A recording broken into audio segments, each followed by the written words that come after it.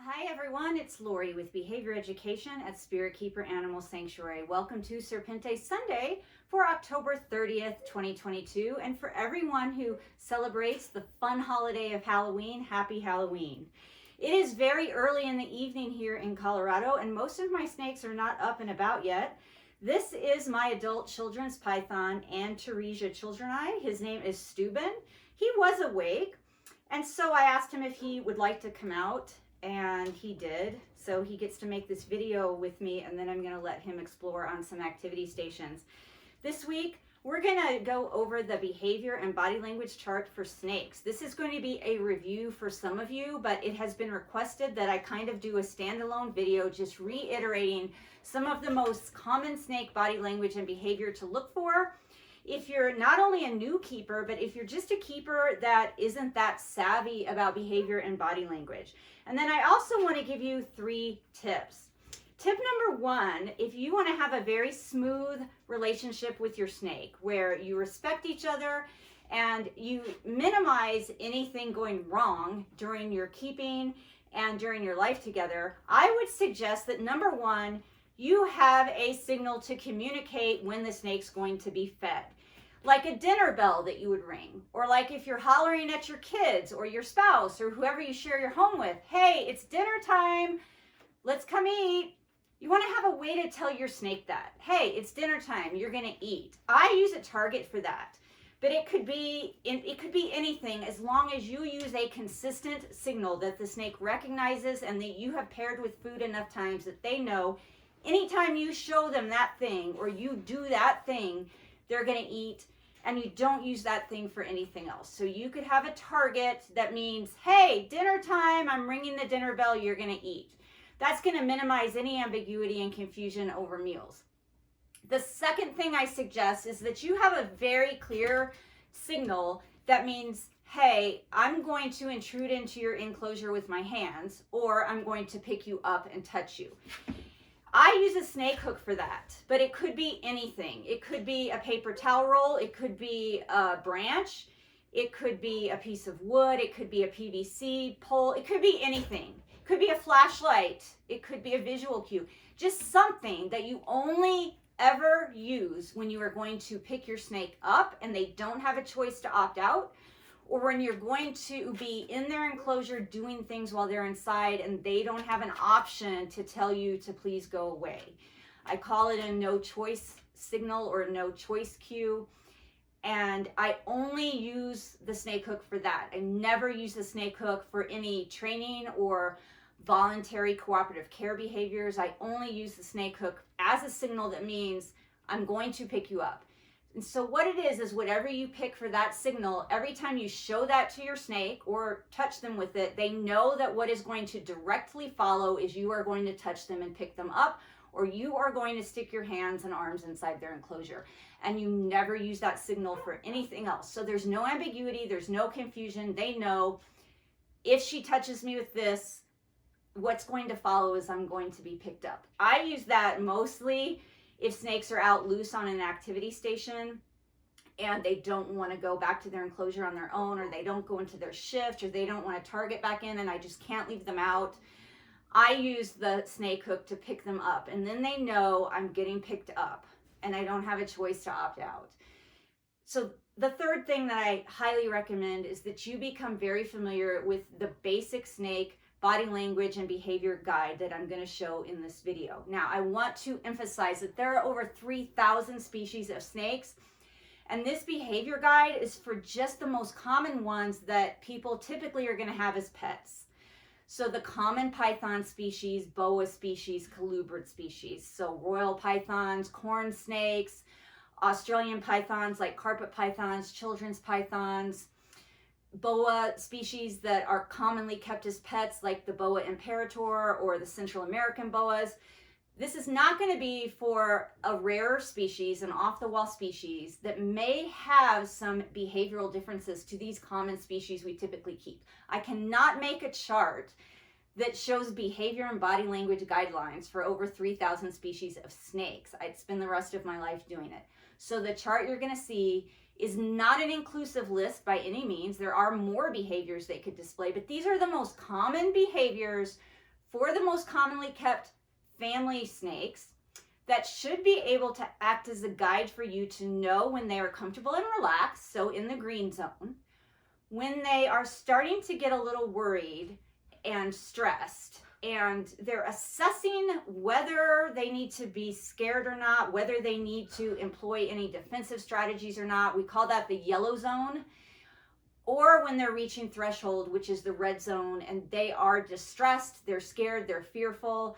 And when they're in the green zone, it's fine to continue whatever it is you're doing, whether it's direct interaction with them or you're just doing something nearby in the room with them.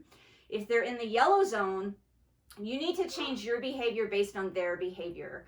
So if they're displaying yellow zone behaviors, which usually they're going to start displaying if they're starting to get scared and a little bit worried and anxious, you need to stop what you're doing, back off, and then assess what they do next. If they go back to comfortable and relaxed, then you do the same thing.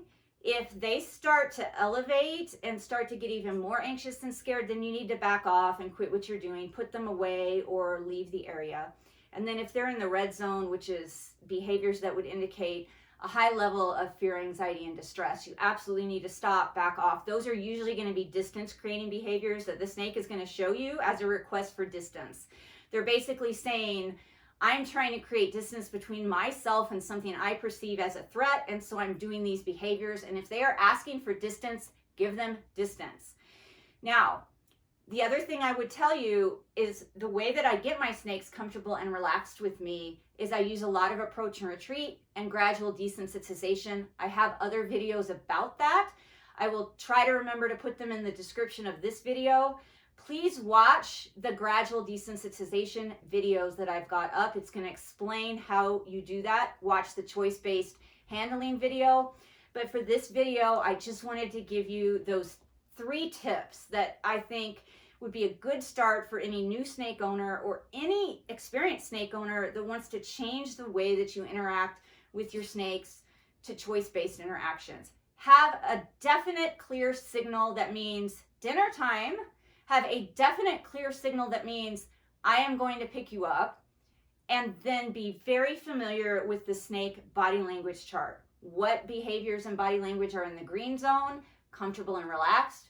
What behaviors and body language are in the yellow zone, which means I'm starting to get stressed, but it's tolerable stressed. I can cope with it, but I'm a little bit anxious. And then what is in the red zone, which means I am over threshold, I'm experiencing fear, anxiety, and distress, and I want you to get away from me. I'm starting to show you behaviors to create distance between me and something I perceive as a threat. Those will get you off to a great start. And then please do watch the gradual desensitization videos and the choice-based handling video. All of that will get you off to a magnificent start to having a great and very smooth, quiet relationship with your snake, no matter what kind it is. I want to remind you why it's so important to have these clear signals that communicate intent to your snake. Snakes, humans, and all animals dislike surprises. Ambiguity, when things are unclear, or when animals don't know what's about to happen, causes stress, causes anxiety, nervousness, and fearful or defensive behavior can result. So the less surprising something is, the more organisms are able to cope with it. The better we are able to handle things when they don't come to us as a surprise. And that's why it is so important that we clearly communicate to our snakes when it's dinner time, when we are about to touch them, pick them up, or intrude into their enclosure. It eliminates the surprisingness of what's happening. In case you're just listening and you haven't been watching the video, I'm just going to read over the body language that you can expect to see on the body language and behavior chart. So the green zone, when the snakes are comfortable and relaxed, you should look for slow, fluid movement, a toned body, but not a tense one. You should see a relaxed body posture, whether those are loose coils, the snake is loosely draped over something, or they're in a rectilinear or all stretched out body position in motion, or whether they're just resting that way. They should calmly orient towards stimuli, and they should be tongue flicking. Not rapid tongue flicking, just moderate tongue flicking. Their breathing should be normal, their heart rate should be normal, their general movement should be relaxed. They should be investigating and approaching novel stimuli or things that are new to them or that they're curious about. They should be approaching objects or keepers without fear and just behaving in a general investigatory fashion towards stimuli in the environment. Overall, they should be relaxed, have a loose grip when they are grasping on things, whether that is the keeper or an object like a branch or a perch, and just in general be alert but relaxed. You're going to notice exploratory behaviors, or they may just be resting. Now, when snakes are in the yellow zone, they are moderately stressed. They're starting to get a little bit nervous. They're starting to wonder if something in the environment could be dangerous to them. They might be perceiving things as potential threats. Right now, the stress is tolerable. They are still able to cope with it, and they're in an assessment or evaluation mode to decide if things are okay or if they should escalate into defensive behavior. You might see that instead of just a toned body, that their body becomes very tight, tense, and stiff. They may freeze on and off. You might see that they're curling their chin to their neck or balling up their body. They might become hypervigilant, reacting to every slight motion or movement in the environment. They may be highly reactive to touch and to anything going on close to them in general. Their coiling, anchoring, and wrapping is going to be tight. They're going to tightly anchor and coil and wrap onto things so that they feel more secure because they are worried about something. You might see long pauses or temporary freezing where they stop moving altogether. They become a statue for a few seconds. The head and neck may arch high off the floor or off the surface. So the anterior third or the front part of their body is going to be raised off of whatever surface they're on. Tongue flicking may stop. You might see that their movement starts to become darty, jerky, or very flighty as opposed to relaxed and moving in a methodical way. You might see an elevated heart rate, and they may start retreating from stimuli instead of moving towards it, and their breathing may also be elevated. Now, as they move into the red zone, as they're getting close to threshold or approaching the threshold where they are distressed and they are just unable to cope with what's happening in the environment, they may completely freeze like a statue permanently. They may ball up and hide their head. This is when you might see striking, hissing, biting, open mouth breathing, or audible breathing. You might see tail rattling or mock tail rattling in species that don't have actual rattles on their tail. You may see tail whipping. You may see that they're inflating their body to make themselves look bigger, or that they're flattening their body to try to shrink away from a potential threat. You might see musting or voiding cloacal excretions, meaning they are avoiding their bladder and bowels. Their movement is erratic, and they have very rapid, quick attempts to flee and just frantically get away from whatever it is that they're afraid of. They may actually do the opposite and just go limp. They may just feign death and completely go limp and not react to anything at all in hopes that a potential predator leaves them alone thinking they're dead. You might see body writhing. That means that they're just whipping their whole body frantically around. Their tail, the middle of their body, their head, the front part of their body. It's just randomly flinging around on a surface, or if you're trying to hold them, they're going to be whipping their body in all directions. Their heart rate and breathing is going to become very rapid, and you may even see saltatory locomotion, which appears that the snake suddenly just jumps off whatever surface they're on and ends up somewhere else. These are all distance creating behaviors when the snake is very distressed, very afraid, and they literally feel threatened. They feel in fear for their life, and as people, we need to immediately stop what we're doing, back off, and ensure their safety. Well, everybody, thank you so much for watching. I hope that you found that helpful. And if you have any questions about any of this, please don't hesitate to contact me through my website at behavioreducation.org or via behavioreducationllc@gmail.com or through Facebook, YouTube, Instagram, Twitter, or LinkedIn. And now I'm going to take Steuben and I'm going to put him in one of our exercise areas so that I don't have to watch him. So he has a couple of options here. He can go in this exercise tent that has just a bunch of wrinkled up paper and cardboard boxes, or he can go on this activity stand here that's more open air, and he's got climbing things and perches and random rocks and cat toys and different things to explore.